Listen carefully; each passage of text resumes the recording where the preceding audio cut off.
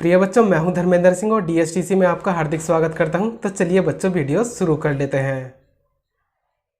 बच्चों, इस वीडियो में स्टार्ट करेंगे कक्षा 12 गणित एनसीईआरटी का चैप्टर नंबर 1 संबंध एवं फलन, और इसकी एक्सरसाइज है 1.1।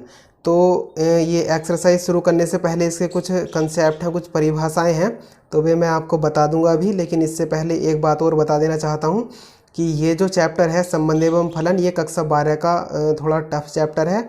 तो इतना भी टफ नहीं है बच्चों। तो कभी आप ये सोचो कि इसमें कक्षा 12 में सभी चैप्टर इतने ही टफ होंगे, ऐसा कुछ भी नहीं है। इस चैप्टर के अलावा बाकी जितने भी चैप्टर हैं वे बहुत ही हल्के हैं। तो इस चैप्टर को पढ़ते पढ़ते ये मत सोच लेना कि हम अपना सब्जेक्ट ही छोड़ दे रहे हैं क्योंकि ये भारी है। तो भारी ऐसा कुछ नहीं है। तो बस यही चैप्टर थोड़ा सा कुछ ऐसा है। तो इसके अलावा जितने भी चैप्टर हैं वे बहुत ही हल्के हैं। तो ध्यान से पढ़ना और अपना सब्जेक्ट छोड़ के कहीं मत जाना बच्चों। तो शुरू करते हैं। तो सबसे पहले ये है संबंध एवं फलन। तो संबंध के बारे में मैं बता देता हूँ। तो सबसे पहले है संबंध।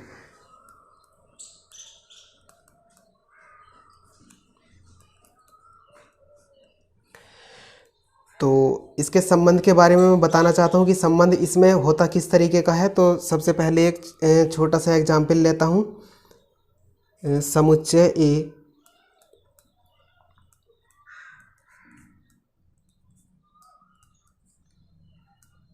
में परिभाषित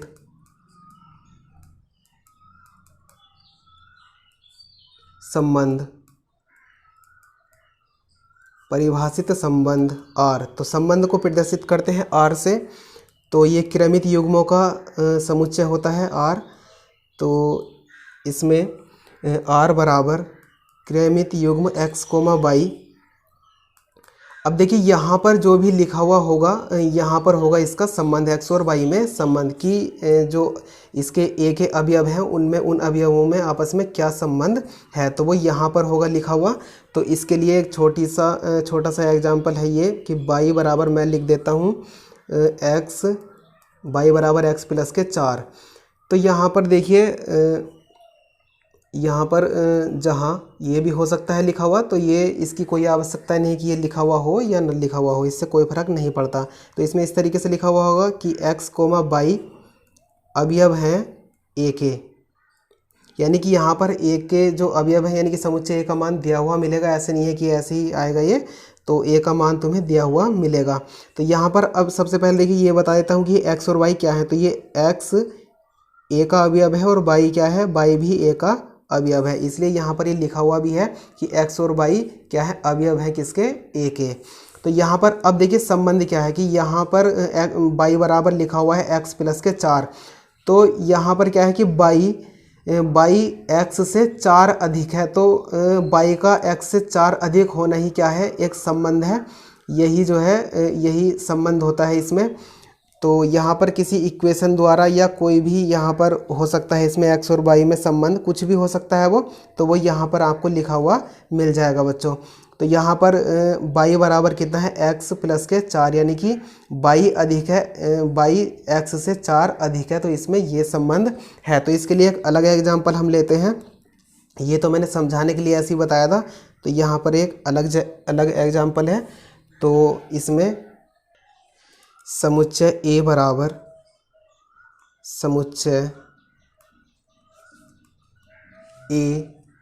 बराबर मैं लिख देता हूँ ऐसे ही 1, 2, 3, 4, 5, 6, 7, 8, 9, 10, 11, 12, 13। बस चलिए बच्चों इतना ही लिख देता हूँ। समुच्चय A ये हमने लिख दिया है में परिभाषित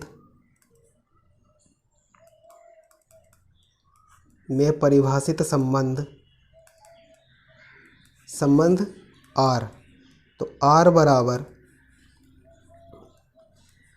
क्रमित युग्म x, y। ये x और y मैंने बता ही दिया है कि क्या है ये। तो ये x और y समुच्चय A के ही अवयव हैं। तो यहाँ पर अब कंडीशन आपको लिखी हुई मिलेगी। तो इसमें इस एग्जाम्पल में ये है कंडीशन कि 3x और माइनस y बराबर कितना, 0, जहाँ x, y अवयव हैं a के। तो ये दिया हुआ है, तो इस आर को, ये संबंध आर जो है इसे रोस्टर रूप में लिखना है। तो इसको हम किस तरीके से लिखेंगे, तो आर बराबर, तो देखिए अब सबसे पहले आर लिखने से पहले हमें थोड़ा सा ध्यान देना है कि यहाँ पर 3x माइनस, यानी कि यहाँ पर जो भी इक्वेशन जैसी होगी या कोई भी बात होगी तो उसमें हमें सबसे पहले ये करना है कि इसमें से हमें किसका मान निकालना है।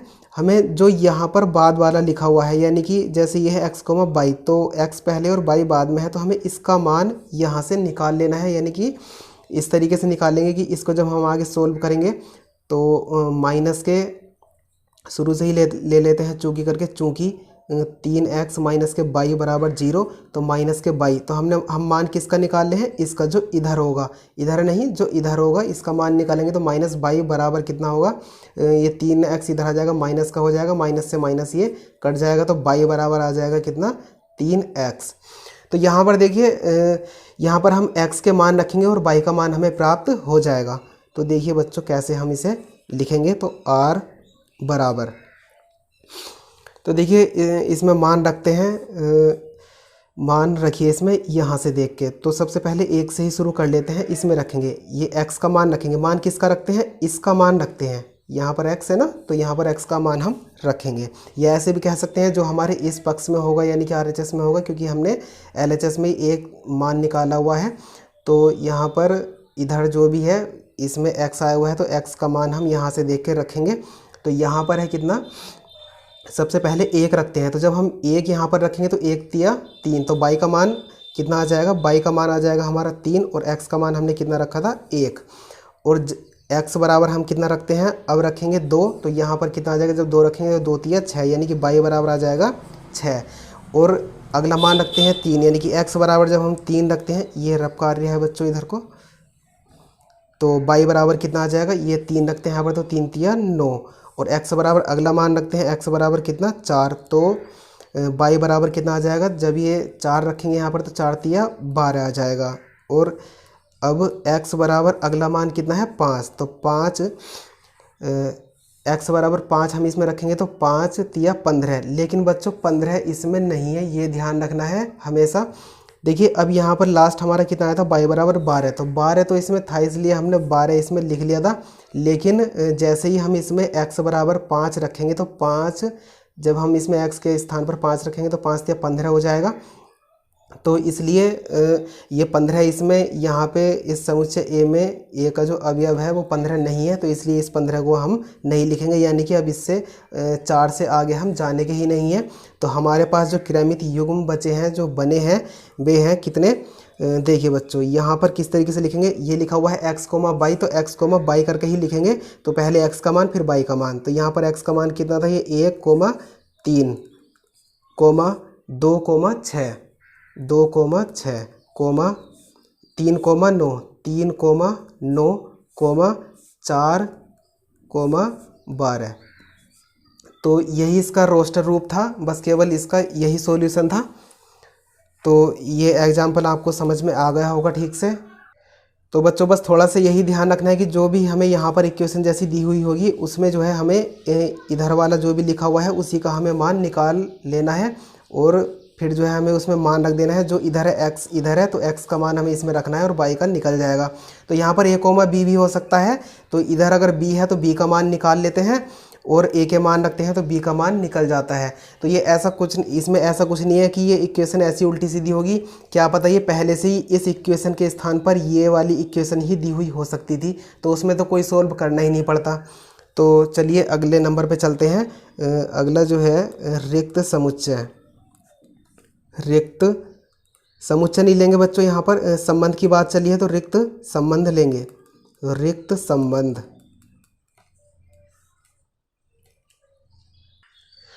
तो सबसे पहले इसकी परिभाषा लिख लेता हूँ बच्चों। तो परिभाषा मैंने लिख लिया बच्चों। तो इसकी परिभाषा है, समुच्चय ए में परिभाषित संबंध और रिक्त संबंध कहलाता है यदि ए का कोई भी अवयव ए के किसी भी अवयव से संबंधित नहीं होता है। यानी कि इसमें जो भी समुच्चय दिया हुआ होगा उसका प्रत्येक अवयव मतलब दूसरे अवयवों से कोई भी संबंध नहीं रखता है। तो ऐसा जो संबंध होगा वो होगा रिक्त संबंध। तो एक एग्जाम्पल की सहायता से समझ लेते हैं। तो एग्जाम्पल है ये कि समुच्चय ए बराबर, समुच्चय ए हम ले लेते हैं 1, 2, 3, 4 में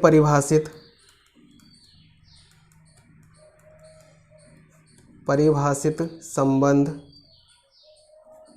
आर हम लेते हैं क्रमित युग्म x, y और y बराबर x प्लस के 4, जहाँ x, y अवयव है a के। तो इस r को रोस्टर रूम में लिखेंगे। तो देखिए बच्चों, यहाँ पर x और y क्या है, a के अवयव होने चाहिए। तो यहाँ पर देखिए बच्चों, जैसे कि मैंने पहले ऊपर अभी समझाया था कि यहाँ पर एक ऐसी इक्वेशन होती है जो ये दी हुई होती है, तो इसे सोल्व करके किस तरीके से करते हैं मैंने बताया था। लेकिन इस बार देखिए यहाँ पर y है, लेकिन y का ही हमें मान इसमें दिया हुआ है। इक्वेशन जो है y के बराबर ही है, तो इसमें हमें कुछ करना नहीं है, तो मान इसमें रख के देख लेंगे। तो देखिए बच्चों, इसमें जो है x का मान रखना है तो y का आ जाएगा। तो इधर मैं समझा देता हूँ। तो यहाँ पर x का मान रखेंगे। तो देखिए x का मान सबसे पहले 1 रखेंगे। तो x बराबर हमने 1 रखा, तो y का कितना निकला, y का मान निकला 4 और 1 5। और हमने x का मान जब 2 रखा, x बराबर 2, तो y का मान निकला कितना, 4 और 2 6। तो देखिए बच्चों, यहाँ पर ऐसे ही हम x बराबर 3 रखेंगे, फिर 4 रखेंगे। तो इससे यहाँ पर इधर देखिए कि ये आया हमारा जो क्रमित युग्म है वो कितना आया है, 1, 5 और 2, कितना 6।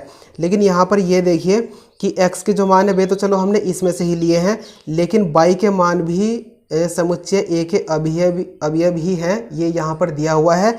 लेकिन y बराबर कितना आया है हमारा, 5 आया हुआ है पहले में, और इसमें जब हमने x का मान 2 रखा था तो अवयव आया था कितना, 6। यानी कि यहाँ से क्रमित युग्म जो बनेगा वो कितना बनेगा, 1, 5 और दूसरा कितना बनेगा, 2, 6। ऐसे ही अगले 2 भी बन जाएंगे। लेकिन यहाँ पर जो है इन क्रमित युग्मों को हम लेने के नहीं है। क्यों? क्योंकि y का जो भी मान है यहाँ पर 5 आया हुआ है, 6 आया हुआ है। जब ये 3 रखेंगे x का मान तो ये 7 आ जाएगा। फिर जब 4 रखेंगे तो ये y का मान फिर से 8 आ जाएगा। तो ये 5, 6, 7, 8 इसमें समुच्चय a में नहीं है, इसलिए हम इन क्रमित युग्मों को इसमें नहीं लिखेंगे, क्योंकि इसमें जो है ये जितने भी अवयव हैं एक दूसरे से संबंधित नहीं है। तो यहाँ पर हम लिख सकते हैं ये r बराबर समुच्चय बस इस तरीके से ही रहने देंगे, क्योंकि इसमें कोई भी क्रमित युग्म नहीं है। तो इसे 5 भी लिख सकते हैं, ये समुच्चय में आपने पढ़ा होगा। तो यहाँ पर एक बात का ध्यान और रखना बच्चों, इसमें रिक्त संबंध जो होता है, रिक्त संबंध R, ये उप समुच्चय होता है A क्रॉस A का। A क्रॉस A यानी कि A से A का कार्तीय गुणन। ध्यान रखना बच्चों हमेशा। तो अगले नंबर पे चलते हैं। अगला नंबर है सार्वत्रिक संबंध।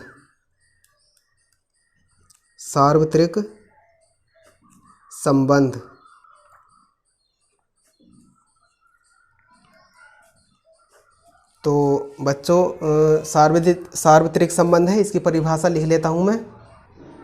तो देखिए बच्चों, परिभाषा मैंने लिख ली है, और इसकी जो परिभाषा है सार्वत्रिक संबंध की परिभाषा है ये, समुच्चय A में परिभाषित संबंध R एक सार्वत्रिक संबंध कहलाता है यदि A का प्रत्येक अवयव A के सभी अवयवों से संबंधित होता है। यानी कि इसका जो भी समुच्चय A में अवयव दिए गए होंगे, तो इसके जो प्रत्येक अवयव हैं अन्य दूसरे अवयवों से भी संबंध रखते हैं। सभी अवयवों से कोई ना कोई संबंध इनका अवश्य होता है। तो चलिए इसे एग्जाम्पल की सहायता से समझ लेते हैं। तो एग्जाम्पल है,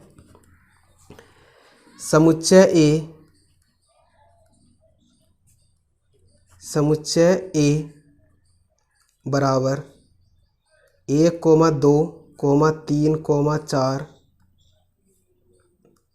में परिभाषित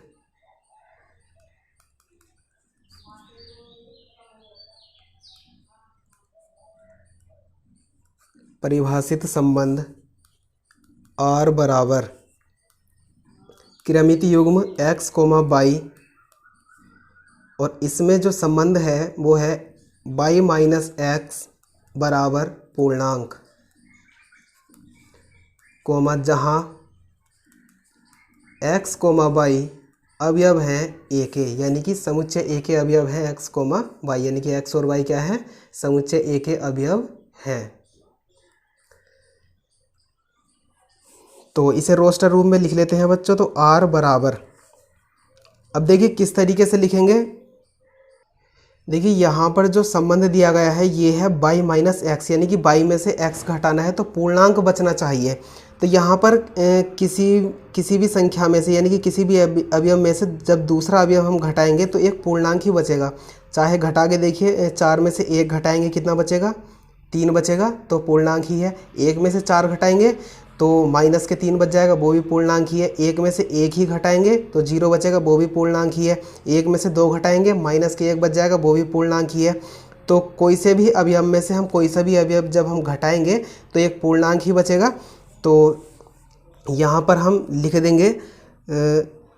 अब देखिए इससे पहले मैं एक छोटी सी बात और बता देता हूँ कि ये सार्वत्रिक संबंध जो होता है, सार्वत्रिक संबंध R हमेशा बराबर होता है A क्रॉस A के, यानी कि A क्रॉस A, यानी कि A से A का कार्तीय गुणन। तो यहाँ पर A से A का जो कार्तीय गुणन होता है, अगर हम इसका कार्तीय गुणन अगर हम करेंगे तो ये आएगा 1,1, यानी कि इस तरीके से लिखेंगे। ध्यान देना बच्चों, 1 से शुरू करेंगे, पहले 1,1 ही करेंगे, 1,1, फिर करेंगे 1,2, फिर करेंगे 1,3,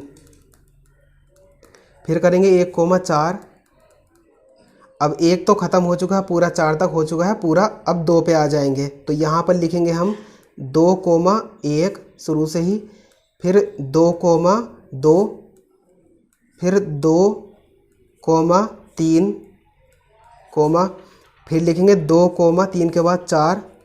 अब देखिए 4 यहाँ तक कंप्लीट हो चुका है, फिर दोबारा से आ जाएंगे तो 1 भी हमने ले लिया, 2 भी ले लिया, अब 3 ले लेते हैं। तो 3, शुरू वाला यानी कि 1, और 3,2, और 3,3, और 3,4। तो देखिए यहाँ तक 4 तक ये भी कंप्लीट हो चुका है। अब 4 ले लेंगे क्योंकि हमने 3 अभी लिया था, 3 3 3 3 चल ही रहा था अभी ये। तो अब 4 ले लेते हैं, तो ये आ जाएगा 4 और कोमा शुरू से 1, और 4 और कोमा 2, और 4 और कोमा कितना 3, और 4,4। अब देखिए ये सभी जो है कंप्लीट हो चुके हैं। तो देखिए बच्चों, इनको हम यहाँ पे गिन के देख लेते हैं। 1 2 3 4 5 6 7 8 9 10 11 12 13 14 15 16 पूरे हैं। अब पूरे क्यों हैं, देखिए कैसे हम पता लगाते हैं कि ये 16 ही होने चाहिए थे या कम या ज़्यादा होने चाहिए थे। तो इस तरीके से पता लगाते हैं कि यहाँ पर ये संबंध लिखा हुआ है कि R बराबर, तो यहाँ पे देखिए कि A में कितने अवयव हैं, 1 2 3 4, 4 अवयव हैं। तो यहाँ पे इसमें A के कितने अवयव हैं, 4, और ये क्रॉस यानी कि गुणा ही समझिए इसे। तो यहाँ पर ये क्या है A, तो A के अवयव कितने हैं, 4, तो 4 चौक 16। तो यहाँ पर ये क्रमित युग्म कितने होने चाहिए थे, 16, तो 16 ही हैं। तो अब देखिए यहाँ पर ये वाला जो संबंध था y माइनस एक्स बराबर पूर्णांक, तो यहाँ पर देखिए बच्चों ये हर एक क्रमित युग्म में लागू है कि y माइनस एक्स जब हम करेंगे तो पूर्णांक ही बचेगा, यानी कि इधर वाला y है, इधर वाला x है। तो इसमें से इसे घटाइए, पूर्णांक ही बचेगा। 1 में से 1 जाएगा 0 यानी कि पूर्णांक, 2 में से 1 जाएगा 1 बचेगा यानी कि पूर्णांक, 3 में से 1 जाएगा यानी कि 2 बचेगा पूर्णांक, 4 में से 1 घटाएंगे 3 बचेगा पूर्णांक होता है, 1 में से 2 घटाएंगे माइनस के 1 बचेगा वो भी पूर्णांक होता है। तो सभी आप इसे जो है करके देख सकते हैं। तो यहाँ पर इसको हम लिख सकते हैं सार्वत्रिक संबंध R बराबर, ध्यान रखना बच्चों हमेशा ये जो है A क्रॉस A के बराबर होता है, यानी कि A से A का कार्तीय गुणन R, यानी कि सार्वत्रिक संबंध R बराबर होता है A से A का कार्तीय गुणन के बराबर होता है, यानी कि R बराबर A क्रॉस A। तो अब आगे चलते हैं बच्चों। तो इसके लिए अब अलग परिभाषाएं हैं कुछ, तो ये हैं स्वतुल्य। तो देखिए ये है बच्चों स्वतुल्य, सममित तथा संक्रामक संबंध। तो इसमें सबसे पहले स्वतुल्य संबंध है, तो इसकी परिभाषा मैं लिख लेता हूँ बच्चों। तो देखिए बच्चों परिभाषा मैंने लिख ली है। तो स्वतुल्य संबंध की जो परिभाषा है वो ये है कि स्वतुल्य संबंध कहलाता है यदि प्रत्येक ए अवयव है ए के लिए ए कोमा ए अवयव है आर का, यानी कि इसमें जो है ये संबंध है हमारा आर। यहाँ पर ये स्मॉल ए जो है ये अवयव है किसका, समुच्चय ए का अवयव है।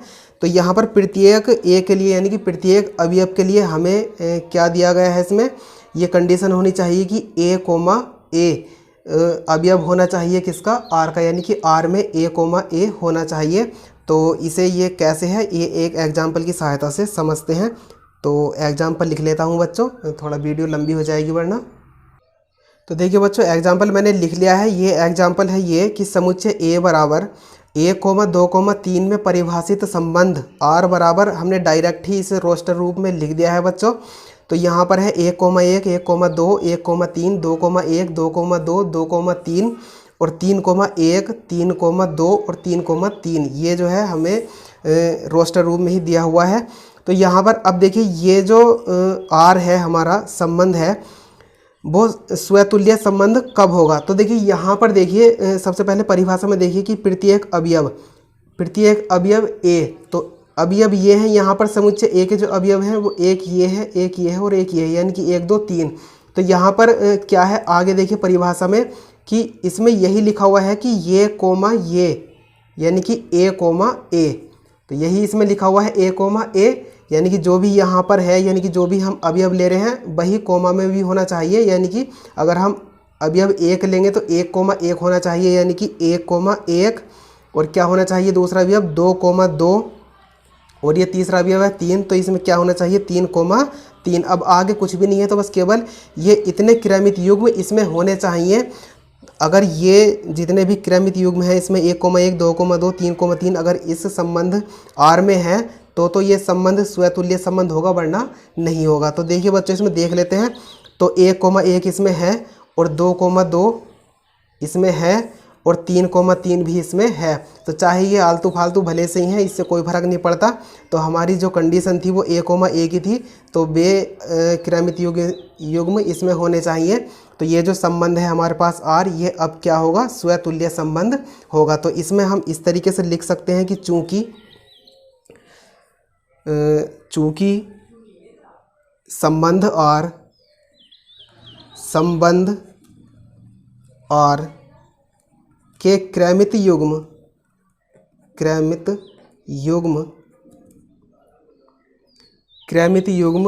1,2,3 हैं। अतः संबंध आर स्वतुल्य संबंध है। तो ये आपको एग्जाम्पल की सहायता से समझ में आ गया होगा बच्चों। तो अगला नंबर है सममित संबंध। तो अगला नंबर करते हैं।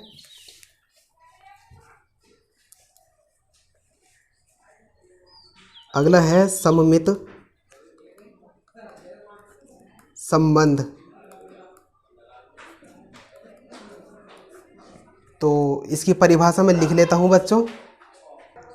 तो देखिए बच्चों इसकी परिभाषा मैंने लिख ली है। तो इसमें सममित संबंध की जो परिभाषा है वो है सममित संबंध कहलाता है यदि समस्त A1, A2 अवयव A के लिए, यानी कि A1 और A2 अवयव हैं किसके, समुच्चय A के, और इसके लिए A1, A2 अवयव होना चाहिए किसका, यानी कि होना चाहिए नहीं ये होगा, यानी कि A1, A2 अवयव है आर का, यानी कि संबंध आर का एक क्रमित युग्म A1, A2 अगर है तो उसमें A2, A1 प्राप्त होना चाहिए। यानी कि अगर हमारा यहाँ पर एक छोटा सा एग्जाम्पल ऐसे ही बताता हूँ रफ कार्य में कि अगर हमारा आर में एक क्रमित युग्म कितना है, आर में अगर हमारा एक क्रमित युग्म 1,2 है तो इसमें एक दूसरा क्रमितीय युग्म कितना इसका उल्टा, यानी कि A1 A2 था तो A2 A1 इधर उधर कर दिया है, तो ऐसे ही ये 2 1 इसमें इस तरीके से होना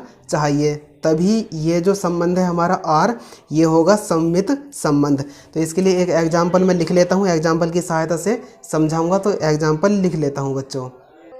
तो देखिए बच्चों एग्जाम्पल मैंने इसका लिख लिया है। तो इसमें यहाँ पर डायरेक्ट ही मैंने इसमें लिख लिया है ये रोस्टर रूप में R बराबर। तो उससे पहले है समुच्चय A बराबर 1,2 में परिभाषित संबंध R बराबर रोस्टर रूप में पहले से ही लिख लिया है। तो 1,1 1,2 2,1 और 2,2।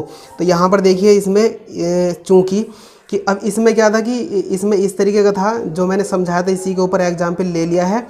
तो यहाँ पर इसमें देखिए कि यहाँ पर कितना है 1,2 है, और सबसे पहली बात यह है कि 1 और 2 अवयव किसके हैं, समुच्चय A के अवयव हैं, क्योंकि इसमें A1 A2 किसके अवयव होने चाहिए थे, समुच्चय A के।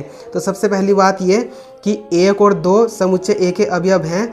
और अब आगे तो इसमें A1 A2 अवयव यानी कि क्रमितीय युग्म किसका होना चाहिए था, संबंध R का। तो R का संबंध R का देखिए इसमें 1,2 एक क्रमित युग्म कितना है 1,2, तो दूसरा कितना होना चाहिए 2,1। तो यहाँ पर 1,2 तो 2,1, यानी कि दोनों कंडीशन संतुष्ट हो रही हैं। यानी कि अगर A1, A2 अगर इसमें है तो A2, A1 भी होना चाहिए। तो यहाँ पर 1,2 इसमें है तो 2,1 भी है। लेकिन यहाँ पर जो है 1,1 और 2,2 इनको नहीं लेने के हैं। जब ये दोनों एक से हों, यहाँ पर जब ये दोनों एक से हों तो इनको हम इंक्लूड नहीं करते हैं अपनी इस कैलकुलेशन में।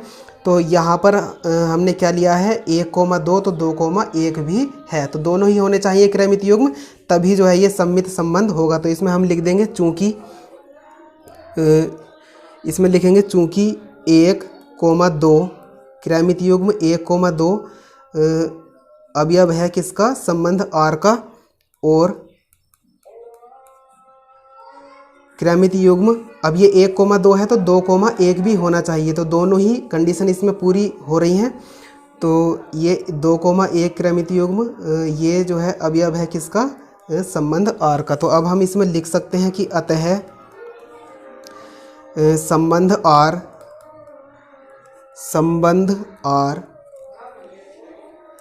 अतः संबंध R सममित संबंध है, सममित संबंध है। तो देखिए बच्चों यहाँ पर तो केवल एक ही बात ऐसी थी कि ये 1,2 और 2,1 एक ही बार था यहाँ पर। तो लेकिन अब ये सवाल कुछ बड़ा भी हो सकता है। तो यहाँ पर क्या पता 3,1 होता और 1,3 भी होता, क्योंकि मैंने तो छोटा सा एग्जाम्पल लिया था। तो इसलिए जो है यहाँ पर एक ही युग्म ऐसा बन रहा है यहाँ पर। ठीक है बच्चों, तो ध्यान रखना। तो अब इसमें जो अगला नंबर है वो है संक्रामक संबंध। संक्रामक संबंध।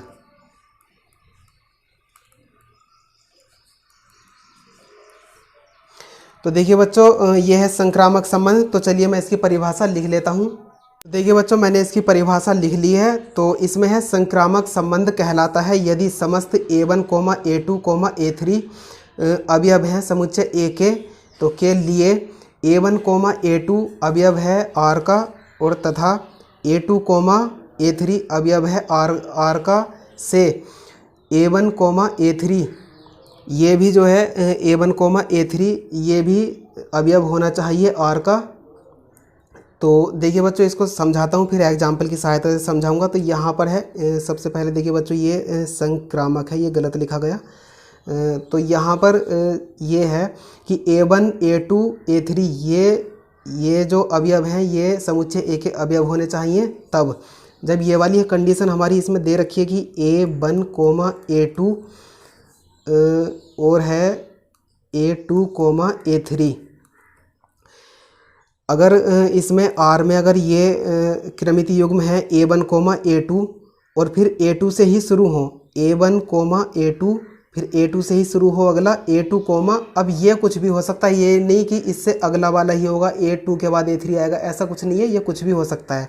तो अब इसमें जो हमारा तीसरा है वो ये होना चाहिए कि अगर ये है A1 कोमा A2 और A2 कोमा A3, तो अगला वाला जो हमारा क्रमित युग्म है वो ये होना चाहिए A1 कोमा A3। तो देखिए यहाँ पर इन दोनों से हमें क्या प्राप्त हुआ है, A1 कोमा A3, यानी कि A1 कोमा A3, ये कोमा ये, यानी कि A1 कोमा A3 भी इस संबंध R में होना चाहिए, तब ये संक्रामक संबंध होगा, अन्यथा नहीं होगा। तो चलिए इसका एक एग्जाम्पल मैं लिख लेता हूँ।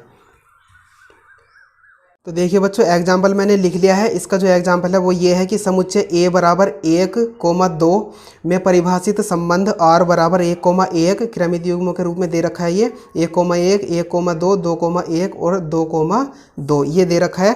तो यहाँ पर देखिए ये जो संबंध है वो संक्रामक संबंधी है। क्यों, ये समझाऊंगा, पहले उससे पहले मैं ये लाइन लिख लेता हूँ। चूँकि 1,2 अवयव है, यानी कि क्रमित युग्म है R का, कोमा 2,1 क्रमित युग्म है R का, तथा 1,1 क्रमित युग्म है R का। अतः तो देखिए बच्चों, मैंने ये लाइन इसमें लिख ली है और मैं अभी इस एग्जाम्पल को ठीक से समझा देता हूँ। तो देखिए बच्चों, यहाँ पर इसमें ये था कि A1 कोमा A2 मैंने अभी समझाया था, A1 कोमा A2। तो अगला जो क्रमित युग्म है वो क्या होना चाहिए था, A2 से ही शुरू होना चाहिए था, यानी कि A1 कोमा A2। तो अगला भी A2 कोमा, अब यहाँ पर कुछ भी हो सकता है, चाहे वो A2 से अगला पद हो, यानी कि अगला अवयव हो, या कुछ भी हो, उससे कोई फर्क नहीं पड़ता है। तो यहाँ पर देखना है ये A2 है यहाँ पर, तो A2 से शुरू होना है, ये बस इतना ही ध्यान रखना है। तो यहाँ पर है ये A1 कोमा A2, तो A2 कोमा A3, और हमारा ये तो दो क्रमित युग्म तो हमारी यही हो चुके हैं, और जो तीसरा वाला क्रमित युग्म है वो होना चाहिए ये A1 कोमा A3।